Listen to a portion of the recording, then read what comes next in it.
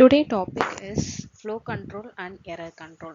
It comes under a data link control protocols. So in this we are going to see a noiseless channel and noisy channel also. In noiseless channel we are having simplest and then stop and wait protocol. In noisy channel we are having stop and wait ARQ and go back N ARQ and selective repeat ARQ. So, protocols in which the sender waits for a positive acknowledgement before advancing to the next data item are called as positive acknowledgement with retransmission, or it also called as a automatic repeat request. So, that is comes under a ARQ. Before we are going for a ARQ, we need to see what is mean by flow control. So, in this flow control, we have to ensuring the sending entity does not overwhelm the receiving entity. That is, we need to prevent buffer overflow by the help of transmission time and a propagation time. Transmission time means time taken to emit all the bits into the medium is called as transmission time, and propagation time means time for a bit to transfer the link is called as a propagation time. And then now we are going to see a ARQ. In a real life network, the data link protocols are implemented as bidirectional data flow in both directions. So when data frame arrives, instead of immediately sending a separate control frame, the receiver restrains itself and wait until the network layer passes into the next packet. The acknowledgement is attached to the outgoing data frame, and then the acknowledgement gets a free ride on the next outgoing data frame. The technique of temporarily delaying outgoing acknowledgement is also called as a hooked on the next outgoing data frame. So this is called as a piggy banking concept. So in ARQ scheme, the information word is coded with adequate redundant bits so as to enable detection of errors at the receiving end. So if an error is detected, the receiver asks the sender to retransmit the particular information word. So ARQ system is useful where the expected error or bursty in nature or error rate of the channel is very low. That is, the channel is fairly reliable. So that is comes under a ARQ, automatic request, and then steps in ARQ. So a protocol is categorized by four functional steps. One is transmission of frame, and second one is error checking at a receiver end, and third one is acknowledgement. Acknowledgement, in acknowledgement we are having two things. First one is negative if error is detected, that is NAK, and then positive if no error is detected, that is comes under a ACK, that is acknowledgement. Retransmission if acknowledgement is negative, or if no acknowledgement is received within a stipulated time, it may be noted that ARQ protocol require two-way communication. If the information transfer is simplex, one way only, that is one way only, information is exchanged in the form of frames, the beginning and the end of which are identified by means of flags or special characters. So now we are going for a noiseless channel and noisy channel. So in noiseless channel we are having simplest protocol, and noisy channel we are having a sliding window protocol ARQ, stop and wait ARQ, and then go back, and a selective repeat also there in a noisy channel. So now we are going to see that this is a model of frame transmission here.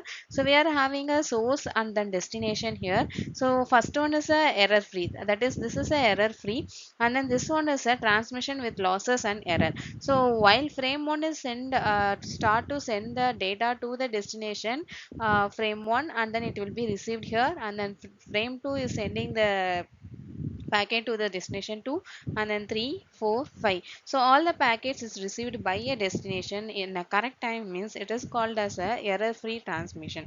And we are going for a transmission with losses and error. So frame 1 is received by a destination, and frame 2 is discarded by the place in this place itself, and then 3 will received, and then fourth one is it is a grabbled frame, that is a duplicate frame is nothing but a grabbled frame. And the next one we are going to see what is mean by simplest protocol. Before we are going into the stop and wait, we have to know, just we have to know what is the stop and sorry simplest protocol. So there is no flow control and no error control is called simplest protocol.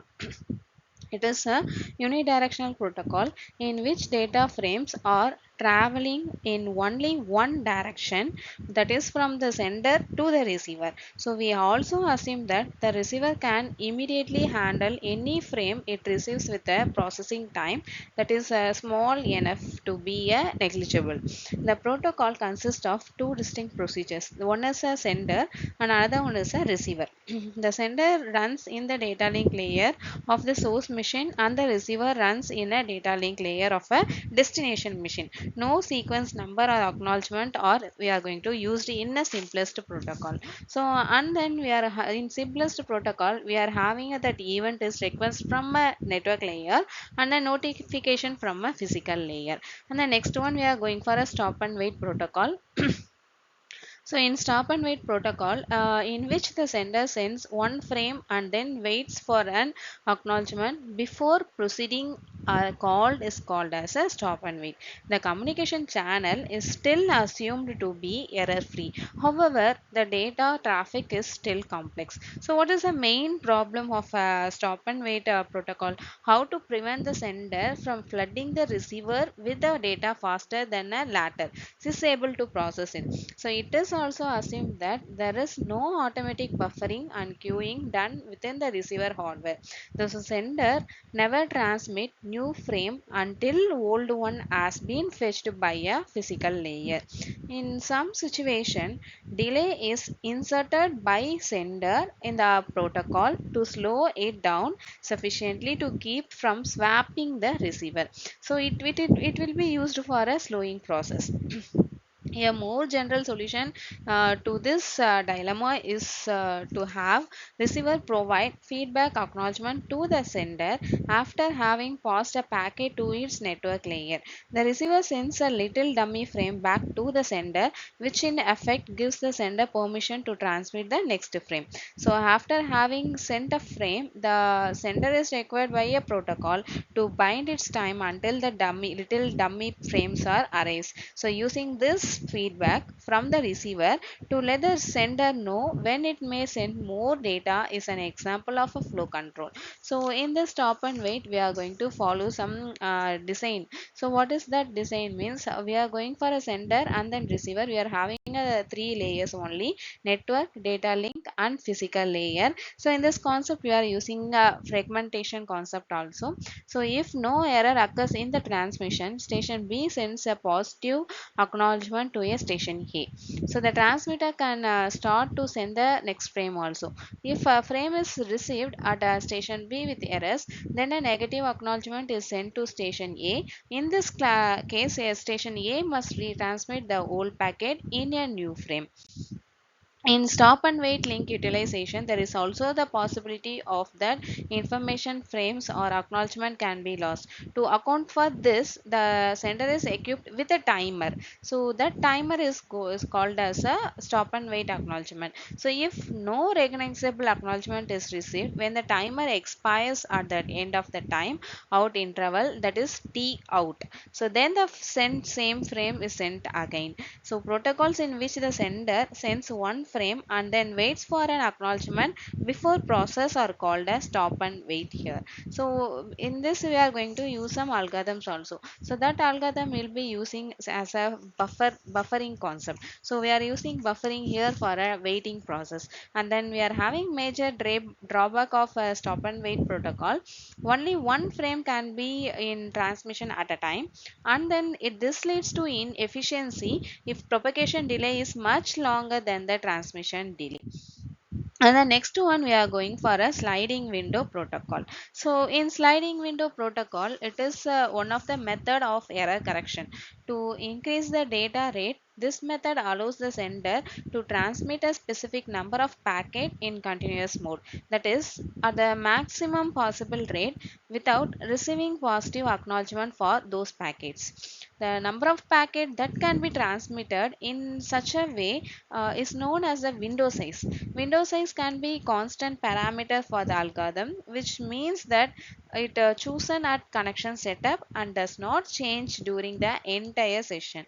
If the destination receives the packet with corrupted data, it may send a negative acknowledgement specifying that the packet needs to be retransmitted. When a data frame arrives, instead of immediately sending a separate control frame, the receiver that itself restrains itself and wait until the network layer passes it the next packet.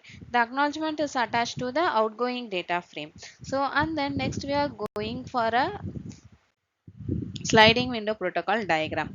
So for example, if a 3-bit number is used, the sequence number would range from 0 to 7. The sender and receiver maintain a window. So sending window means it is a list of consecutive frame sequence numbers that can be sent by the sender or that have been sent and acknowledgements are waiting for. So in this diagram we are having a frames already transmitted and then windows of frames that may be transmitted, and then we are having a frame sequence number, last frame transmitted, windows shrinks as frame as sent, windows expand as acknowledgement or received. So when an acknowledgement arrives and all previous frames have already been acknowledged, the window can be advanced and a new message obtained from the host to be transmitted within the next highest available sequence number. If acknowledgement arrives for a frame that is not within the window, it is discarded. In receiving window side, it is a list of sequence number for frames that can be accepted by the receiver. When a valid frame arrives and the all previous frame have already arrived, the window is advanced. So if a frame arrives that is not within the window, it will be discarded. So what is the advantages of a sliding window diagram means? So the sliding window is very simpler, having only one set of parameters to manage, and simultaneous communication in both direction is possible. Better utilization of network bandwidth, especially if there are large transmission delay. Traffic flow with reverse traffic data is known as picky banking. So it is also a one of the advantage. Picky banking concept is called as a advantage here. And then here we are going to just we have to see tell about what is meant by cyclic redundancy check also. So in cyclic redundancy check we are going to add a block of k bits, and then k plus 1 is the exactly what we are going to get here. And then in error control we are going to see how we are going to lose the frames, and then how we are going to damage the frames, and then how the ARR is going to used, that is automatic repeat request is going to used. So in automatic repeat request we are having a stop and wait, go back and selective reject selective transmission. So now we are going for a stop and wait ARQ. In stop and wait ARQ, this is a simplex protocol with a sequence number and the acknowledgement frame indicating the sequence number of next frame is exceeded. And then if the sliding window protocol maximize the maximum window size is 1 only. So such a protocol uses stop and wait since the sender transmit a frame and waits for its acknowledgement before sending the next one. And then 1 bit sliding window protocol is also called as a stop and wait ARQ. So in a noisy communication channel, if a frame is damaged in transit, the receiver hardware will detect this when it computes the checksum. If a damaged frame is received, it will be discarded and transmitter will retransmit the same frame after receiving a proper acknowledgement. So the receiver can then check for the sequence number to determine if the message is duplicate or the only message is transmitted at any time. So the sending and receiving station need only 1 bit alternating sequence of 0 or 1 to maintain the relationship between the transmitted message and its positive acknowledgement, also the negative acknowledgement. So sequence number, we are telling sequence number. So what is mean by sequence number here? So the protocol specified that frames need to be numbered. So this is done by using a sequence numbers only.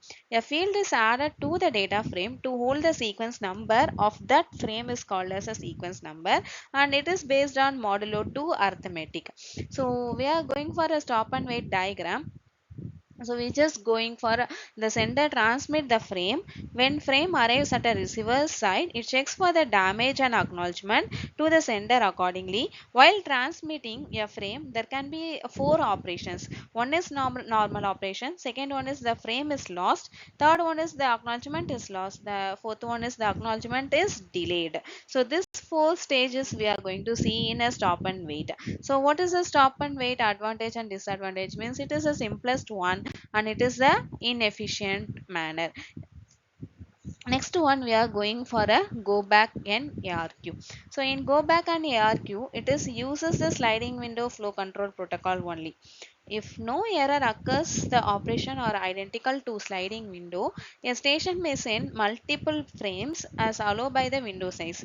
So receiver sends a NAC, that is negative acknowledgement, that is I.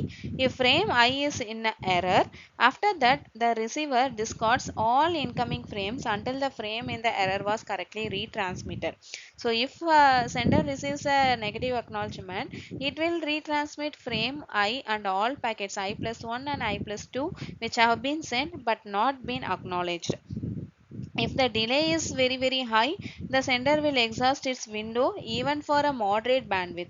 The product of these two factors basically tells what the capacity of the pipe is and the sender needs to the ability to fill it without stopping in order to operate at a peak efficiency. This process is called as a pipelining in go back protocol. So in go back protocol, we are going to see the sequence number. Here also we are going to use a sequence number. So that sequence number is followed by 2 power of k minus 1, I plus 1 are called as a sequence here, and then 0 to 7 is called as a 2 power of 3 minus 1 here.